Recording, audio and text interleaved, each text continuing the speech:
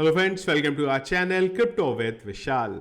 आज के वीडियो में बात करेंगे गाइस बिटकॉइन के बारे में। बिटकॉइन के प्राइस में सडन डंप आया है, क्या उसके पीछे का रीजंस है उसको समझने की कोशिश करेंगे। दो बड़े बैंक जिन्होंने बिटकॉइन ईटीएफ के शेयर बाय करे हैं, इस बारे में बात करेंगे। ईटीएफ का क्या वॉल्यूम चल रहा है, इसको हम लोग यहां पे डिस्कस करेंगे। इसके अलावा कई यूजर्स हैं जिनके क्वेश्चन है एप्पल के लिए स्पेसिफिकली, जो एक्सचेंजेस बंद हुए हैं इंडिया में, उनकी ऐप को अगर आपको यूज करना है अभी भी प्ले स्टोर पे, किस तरीके से कर सकते हैं, इस बारे में डिस्कस करेंगे। और एक टोकन के बारे में, क्वाइन के बारे में इनफैक्ट वार्निंग आप लोगों को यहां पे देना चाहूंगा। उसको हमने हमारे पोर्टफोलियो में बड़ी मात्रा में रखा हुआ है। क्यों ये वार्निंग आप लोगों को उस बारे में दे रहा हूं, सारी चीजों को समझने की कोशिश करेंगे। सबसे पहले चलते हैं क्रिप्टो एनालिस्ट पे। मार्केट कैप 0.49% डाउन है। वॉल्यूम के बारे में बात करेंगे, 55% वॉल्यूम अप है। इनफ्लो का कोई डेटा नहीं है। फियर एंड ग्रीड इंडेक्स, फिर से हम लोग ग्रीड में आ गए हुए हैं यहाँ पे 66 में। पिछले एक घंटे के सेंटीमेंट यहाँ पे कल थे स्ट्रॉन्ग सेल में, अभी है सेल में। हीट मैप की बात करेंगे, हरा देखने को मिल रहा है, थोड़ी देर पहले और ज्यादा था। बीटीसी 0.99% अप, इथीरियम 0.07% अप चल रहा है। अगर हम लोग देखेंगे यहाँ पे तो मीम कॉइन स्पेसिफिकली ज्यादा यहाँ पे पॉजिटिव में देखने को हमें मिल रहे हैं। बिटकॉइन की अगर बात करेंगे गाइस, तो अगर मैं इसको थोड़ा सा टाइम इंटरवल 1 आवर करूं तो आपको एक्चुअल में समझ में आएगा ये हुआ क्या है।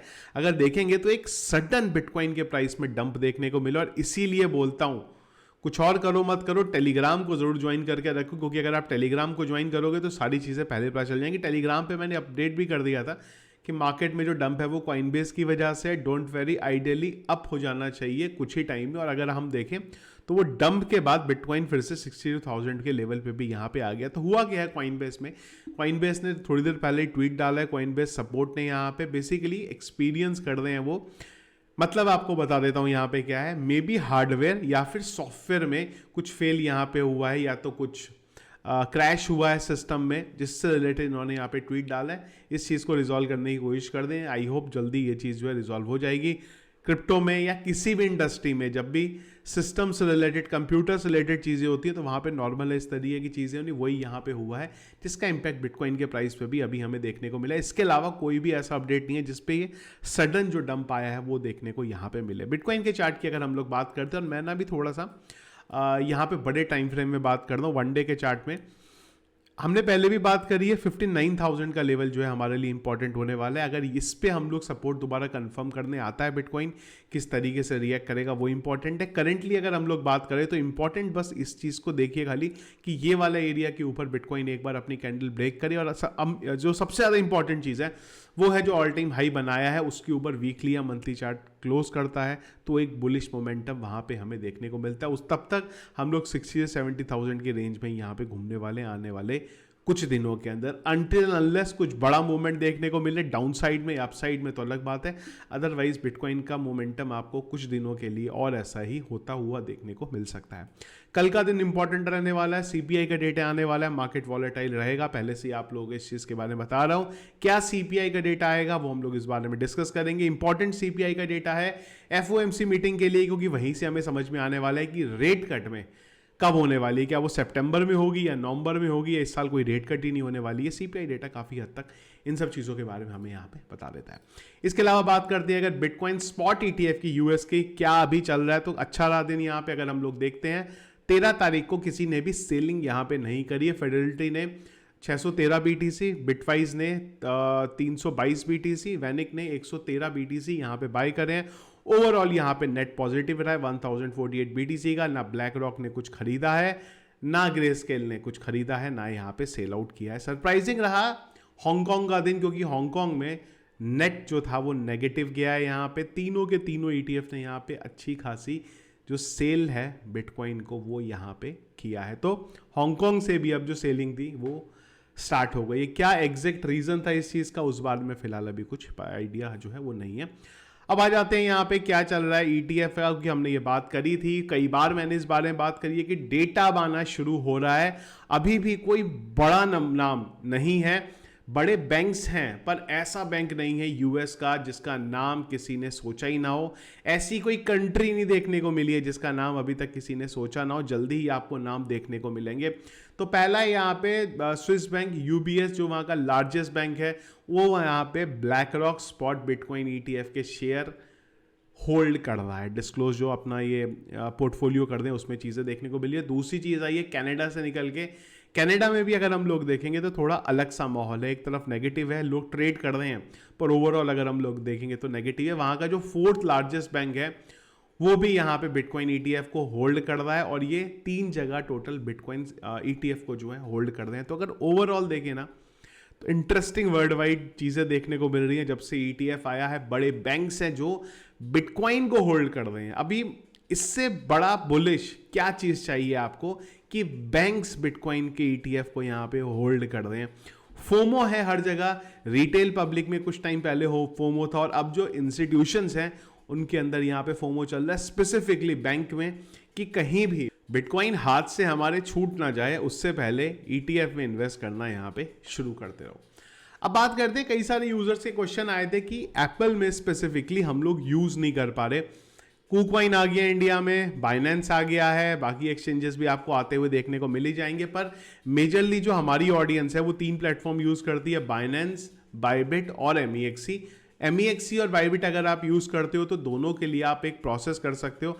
बाइबिट ने अपने वेबसाइट पे इस चीज को डाला था, सिंपल प्रोसेस है। अगर आप देखेंगे इसको, आपको ऐप स्टोर पे जाना है, अपने प्रोफाइल के ऊपर जाना है, वहां से आपको जो आपका नाम है प्रोफाइल का उस पे जाना है, उसके बाद आपको अपनी कंट्री रीजन पे जाना है, वहां से अपनी कंट्री रीजन को चेंज कर देंगे तो आप यूज कर सकते हो जो भी एप्स बंद हुई है। मैं आप लोगों को एक छोटा सा वीडियो भी है इसका, आप लोगों को मैं स्पेसिफिक ये चीज़ों को एक्सप्लेन कर देता हूँ। ये जो प्रोफाइल का इमेज देख रहे हैं ना, आपको ऐप स्टोर पे जाना है, इस इमेज पे क्लिक करेंगे, इसके बाद जो आपका नाम है अपने पोर्टफोलियो का, यहाँ आएंगे, यहाँ पे जो कंट्री एंड रीजन है ना, इस पे जाना है आपको, और अपनी कंट्री एंड रीजन को जाएंगे चेंज में, और इसके बाद जाके चेंज कर दीजिएगा, यूएई कर लीजिए। यूएई कर देंगे तो वैसे ही सारी चीज़ें आ जाएंगी, क्योंकि सबसे ज़्यादा क्रिप्टो जो है वहीं चल रहा है अभी। तो यूएई में चले जाइए आप यहाँ पे, और कुछ टर्म्स एंड कंडीशन का पेज आएगा, इसको आपको एग्री कर देना है। एग्री कहाँ था, ये ऊपर की तरफ एग्री था, एग्री कर देंगे यहाँ पे। इसके बाद ये पेज आ जाएगा, तो यहाँ पे ना आपको अपनी डिटेल्स डालनी है, ऊपर डन कर देना है। नीचे जो बिलिंग एड्रेस है ना, यहाँ पे कोई भी आप एक एड्रेस डाल देना, नेट से भी कोई एड्रेस उड़ा सकते हो, कोई इसमें ऐसा कोई हाई तौबा प्रॉब्लम नहीं है। इसके बाद ये जो नेक्स्ट वाला बटन है ना, डिटेल डालने के बाद जो नेक्स्ट वाला बटन है, नेक्स्ट वाले बटन को आपको कर देना है क्लिक, और जो मेन काम था वो हो गया आपका यहाँ पे खत्म। इसके बाद क्या करना है, इसके बाद आप जाना अपने ऐप स्टोर में, और आप जब सर्च करोगे ना बाइबिट तो आपको मिल जाएगा। आपको एमईएक्सी सर्च करोगे, एमईएक्सी मिल जाएगा।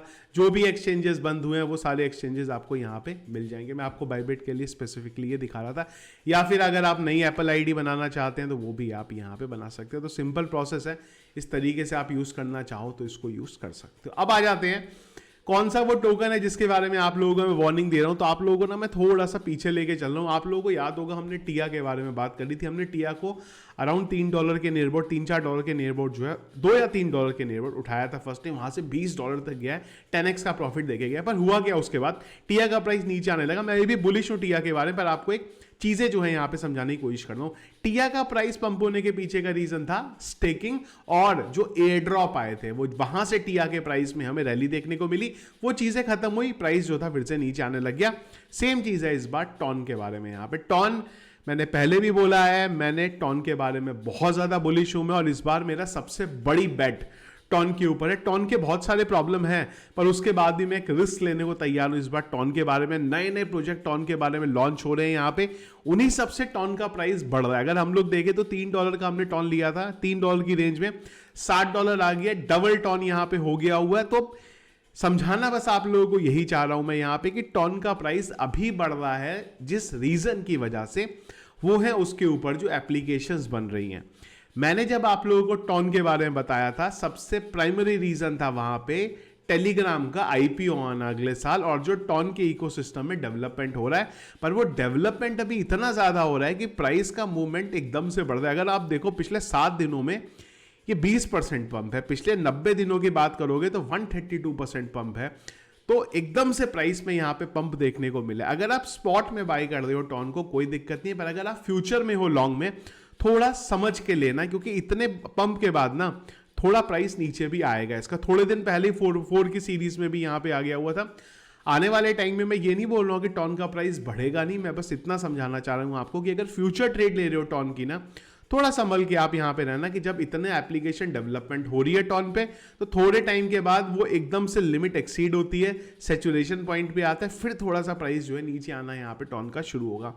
मेरे पास जितना भी टॉन पड़ा है अभी, मैं बिल्कुल भी सेल आउट नहीं कर रहा हूं। मैं टॉन के लिए लॉन्ग टाइम के लिए बुलिश हूं और मैं टॉन को अच्छे प्राइस पे निकालने वाला हूं। मेरा एक्सपेक्टेशन है टॉन को $50 पे निकालने का। मुझे पता है अगर आप मार्केट कैप के हिसाब से बात करोगे तो आप बोलोगे यार क्या बात करो $50, लेकिन जिस हिसाब से चीज़ें चल रही हैं ना टॉन में, और स्पेसिफिकली जो IPO आने वाला है, चीज़ें बदल सकती हैं। दूसरा, अगर आप इसका चार्ट देखेंगे ना, तो चाहे मैं मंथली की बात करूं, चाहे मैं वीकली की बात करूं, या चाहे मैं डेली की बात करूं, RSI जो है ना ये ओवरबॉट पोजीशन पे यहाँ पे जा रही है। इवन ये भी आप देखोगे तो ये इधर की तरफ यहाँ पे जा रहा है। तो ये थोड़ा सा ध्यान रखना आप टॉन के बारे में, अगर आप फ्यूचर ट्रेड ले रहे हो तो। और अगर अभी भी टॉन को अपने पोर्टफोलियो में ऐड नहीं करा है यार, अगर डिप में जाता है ना टॉन, थोड़ा बहुत टॉन रखो, ज़्यादा भी बाय नहीं करना, पर थोड़ा बहुत टॉन को ज़रूर रखो। आने वाले टाइम में, अगले साल में टॉन काफ़ी कुछ जो है पंप करके जा सकता है। आप लोगों ने टॉन को किस प्राइस पे लिया था और कितना प्रॉफिट आपको मिला परसेंटेज वाइज, एक बार मुझे कमेंट बॉक्स में जरूर बताइएगा। तो वीडियो पसंद आया, इसको लाइक और शेयर जरूर कीजिएगा। चैनल में अगर आप नए या फर्स्ट टाइम वीडियो देख रहे हैं, चैनल को सब्सक्राइब कर लिया। क्रिप्टो करेंसी मार्केट के रेगुलर अपडेट्स के लिए टेलीग्राम को जो ज्वाइन करके देखिए, लिंक उसका भी वीडियो के डिस्क्रिप्शन पे मिल जाएगा। Thank you friends.